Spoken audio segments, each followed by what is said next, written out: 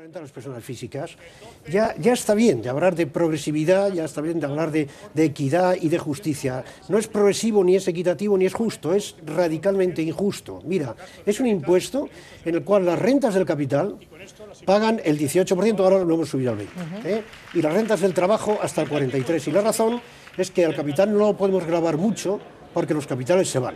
En cambio, usted trabajador, como usted no se puede marchar, a usted le gravamos.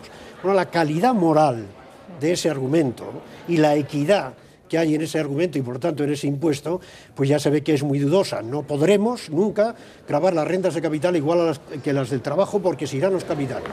Pero lo que habrá que hacer será ajustar las rentas del trabajo, a gravarlas al mismo nivel que las del capital y no lo contrario. Esto para empezar, pero no solo es eso. Es que además este es un impuesto que no es sobre la renta de las personas físicas, es sobre la renta y no solo sobre las rentas del trabajo, sino sobre la renta del trabajo dependiente. Porque los trabajadores independientes tienen otros medios, tienen otras fórmulas de cálculo que terminan casi siempre pagando menos que los que son trabajadores por cuenta ajena. Es un impuesto sobre los trabajadores por cuenta ajena. Y ahí, y solo en ese ámbito relativamente reducido, es donde aplicamos la progresividad. Si consideramos esto, más la posibilidad de que esos trabajadores por cuenta ajena, un poco especializados, se refugien fiscalmente en otra comunidad autónoma, me parece que al final lo que estamos haciendo tiene muy poco sentido económico. Además, sería mejor otro tipo de actuación. Se da además la circunstancia de que ese impuesto se va a subir en teoría para las rentas más altas, pero cada comunidad establece el nivel de renta alta donde le parece, ¿no? También. Para los sueldos más altos. Claro, los sueldos más altos. No lo pagan. Lo que sucede es que, bueno, yo no creo que aquí haya tanto riesgo Lázaro, ¿no? Porque al final, hombre, una persona se puede ir de una comunidad autónoma a otra. Lo que yo sí que estoy en contra es que efectivamente cada comunidad autónoma decida de forma unilateral. Aquí debería haber un consenso y decisiones en el mismo sentido. Pero creo que sí, que tiene sentido subir las rentas del capital, perdón, no las rentas del capital, las rentas del trabajo. Hay que recaudar más. Al final se va a recaudar más subiendo el IVA y se va a recaudar más subiendo el IRPF, que solo un poco más, bueno, pues, pero algo más se va a poder recaudar y es necesario, ¿no? Tenemos que reducir el déficit público. Otra cosa es que es una renta alta, ¿no? Si tiene que ser a partir de 60.000, de 80.000 o de 125.000 euros o 200.000 y si hay que subir 3 o 5 puntos porcentuales. Pero a mí sí me parece adecuado tener que, bueno, al final toda la ciudadanía, todos los trabajadores vamos a tener que pagar más impuestos, nos guste o no nos guste. Confiemos en que sea de forma temporal y que tarde o temprano vuelvan un poco a reducir los impuestos sobre la renta.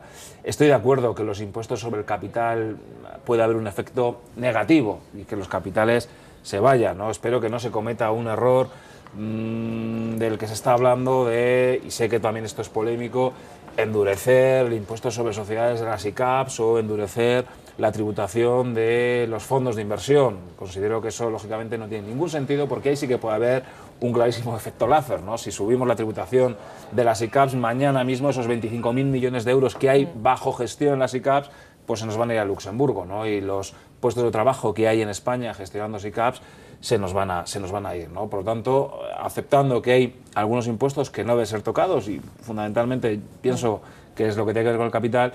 En renta del trabajo obviamente no me gusta, preferiría pagar menos impuestos, pero considero que es una forma eficaz para incrementar la recaudación. Pero perdóname, es que no es solo cuestión de que nos guste o no, y no solo es una cuestión de eficacia. Primero, no es equitativo.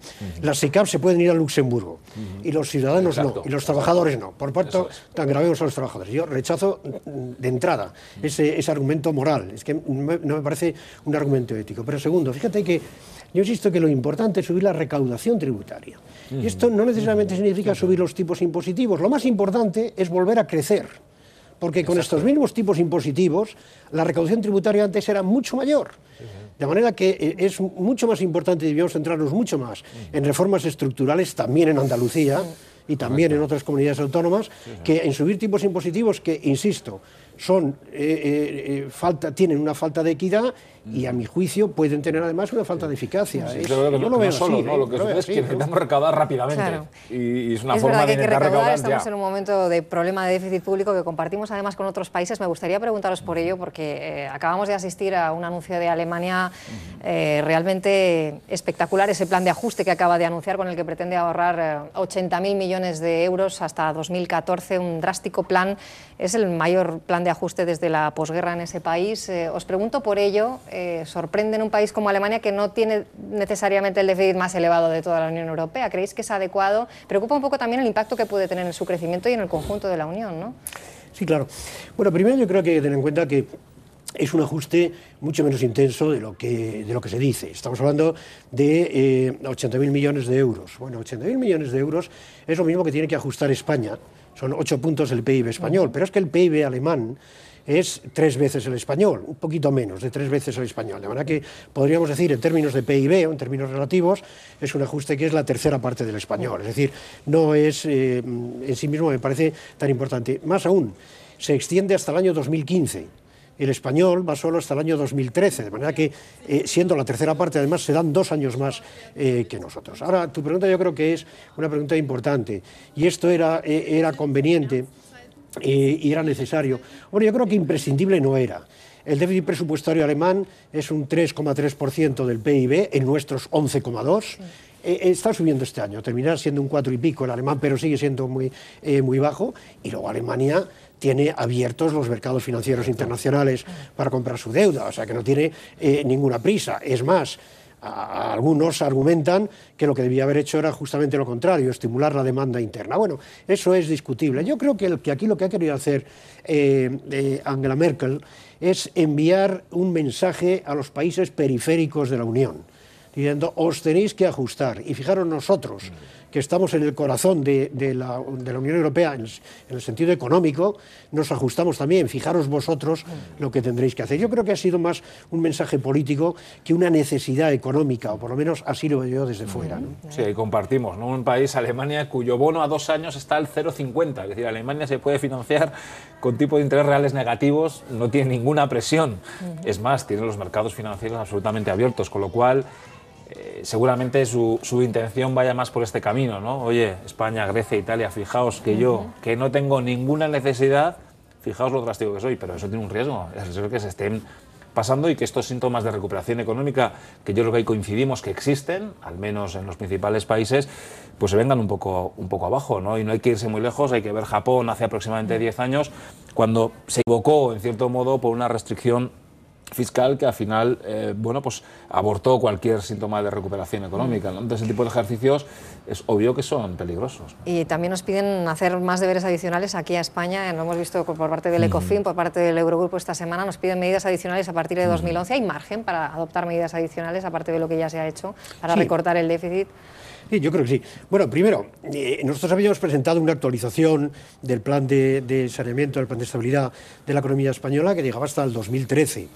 Luego, las medidas de emergencia de hace 2 semanas, aquellas que en total suponían 15.000 millones de euros, esas eran para el año 2010 y el año 2011.